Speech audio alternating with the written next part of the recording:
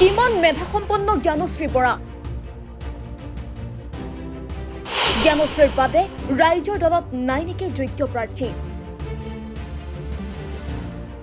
ৰাইজৰ দলত parachute landing Gyanashree বৰাৰ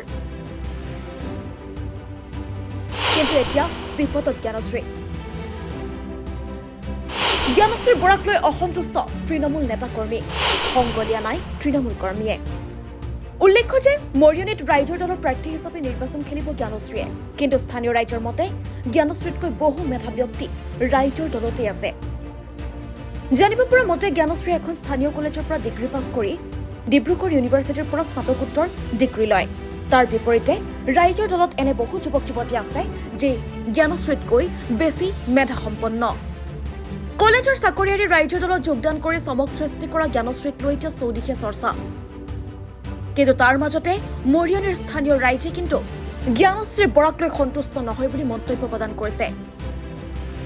ৰাইজৰ দলে যদি মেধাসম্পন্ন মানুহক প্ৰাৰ্থী হিচাপে প্ৰক্ষেপ কৰিব বিচাৰে তেন্তে ৰাইজৰ দলতে এনে বহু যুৱক যুৱতী আছে যি জ্ঞানশ্ৰীতকৈ বেছি শিক্ষিত উদাহৰণস্বৰূপে পাপৰি গগৈ কটন কলেজৰ স্নাতক ডিগ্ৰীধাৰী পাপৰি গগৈ গুৱাহাটী বিশ্ববিদ্যালয়ৰ পৰা স্নাতকোত্তৰ ডিগ্ৰী লাভ কৰিবলৈ সক্ষম হৈছিল প্ৰশাসনিক পৰীক্ষাৰ প্ৰস্তুতি চলাইও সকলো ত্যাগ কৰি কা আন্দোলনত জঁপিয়াই পৰিছিল পাপৰি গগৈ কিন্তু যি সময়ত ব্যক্তিগত স্বাৰ্থত ৰাইজৰ দলত যোগদান কৰিছিল জ্ঞানশ্ৰী বৰাই ঠিক তেনে সময়তে নিজৰ উজ্জ্বল ভৱিষ্যতক জলাঞ্জলি দি পাপৰিয়ে কিন্তু ৰাইজৰ দলৰ বাবে কাম কৰি গৈছিল এতিয়া প্ৰশ্ন হৈছে মৰিয়নী সমষ্টিত কি হ'ব জ্ঞানশ্ৰী তৃণমূল পৰ্যায়ৰ কৰ্মীসকলে এতিয়া জ্ঞানশ্ৰীক লৈ কি মন্তব্য কৰিছে শুনক তেওঁলোকৰ মুখেৰে এই জ্ঞানশ্ৰী বৰা বোলা যিজনী ছোৱালী তেওঁক আমি ব্যক্তিগতভাৱে বেয়া নাপাওঁ কিন্তু কথাটো হ'ল যে জ্ঞানশ্ৰী বৰা মানুহে কৈছে বা তেওঁলোকে দেখুৱাইছে যে তেওঁ এজন PhD ডিগ্ৰী বা শিক্ষিত মানে ছোৱালী কিন্তু আমাৰ সমষ্টিটোত তেওঁতকৈ বেছি আৰু শিক্ষিত ছোৱালী আছে আৰু বিশেষতঃ তেওঁলোকৰ দলৰে মই জনাত দেই পাপৰি গগৈ আৰু আপোনাৰ এইটো কি কয় দেৱাংগ গগৈ বুলি দুজন মানে তেওঁলোকৰ দলৰ মানে বিষয়ববীয়াই এই সমষ্টিটো কমচে কম যোৱা 5টা বছৰে মানে ইয়াত প্ৰতিটো কোণে কোণে গৈ ৰাজহুৱা কাম কৰিছে মানুহৰ লগত মানে সম্পৰ্ক ৰাখিছে মানুহৰ দুখ বেদনা বুজ লৈছে এইখিনি কৰি আছে গতিকে তেওঁলোকে নাপায় তেওঁক এই যে ধূমকেতুৰ দৰে যে আনি পেলাই যে আমাৰ এই মৰিয়নী সমষ্টিত দিলেহি তাৰমানে মৰিয়নী সমষ্টিত তেওঁক দলে যি দিব তাকে মৰিয়নী সমষ্টিত দিব নি এইটো মিছা কথা কাৰণ আমাৰ মৰিয়নী সমষ্টিত এটা কথা খাটাং যে তেওঁলোকে স্থানীয় ব্যক্তিকহে দিব 1 নম্বৰ কথাটো দেই 2 নম্বৰ কথাটো চাব যে তেওঁ এই অধ্যাপিকা কৰিবলৈ গৈ পেলাই দলৰ পৰা পদত্যাগ কৰি অধ্যাপিকা কৰিলেগৈ টকা পইচা আদি ঘটি থাকিলে কিন্তু সেইখিনি সময়ত কিন্তু পাপৰি গগৈ আৰু দেৱাংগ বৰাই নিজৰ কেৰিয়াৰ নষ্ট কৰি এই ৰাজনীতি দলটোত লাগি পেলাই ঘূৰি থাকিল গতিকে এইকেইজনক ডিভাইড আউট কৰি পেলাই এই যে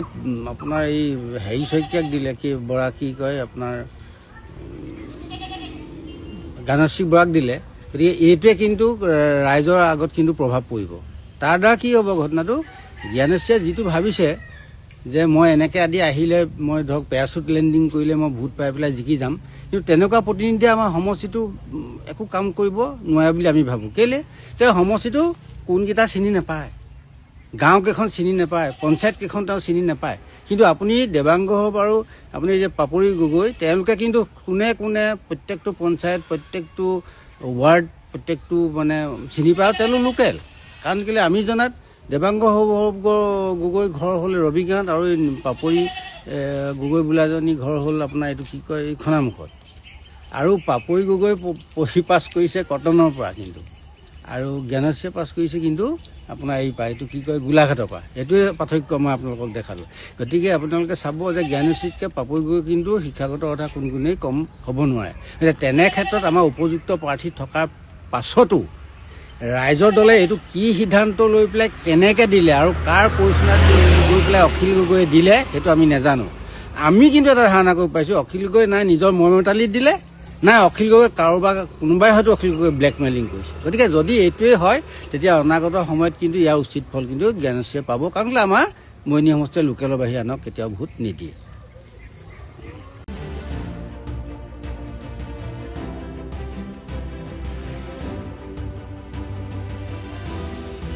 News Desk Report, Such the Reality.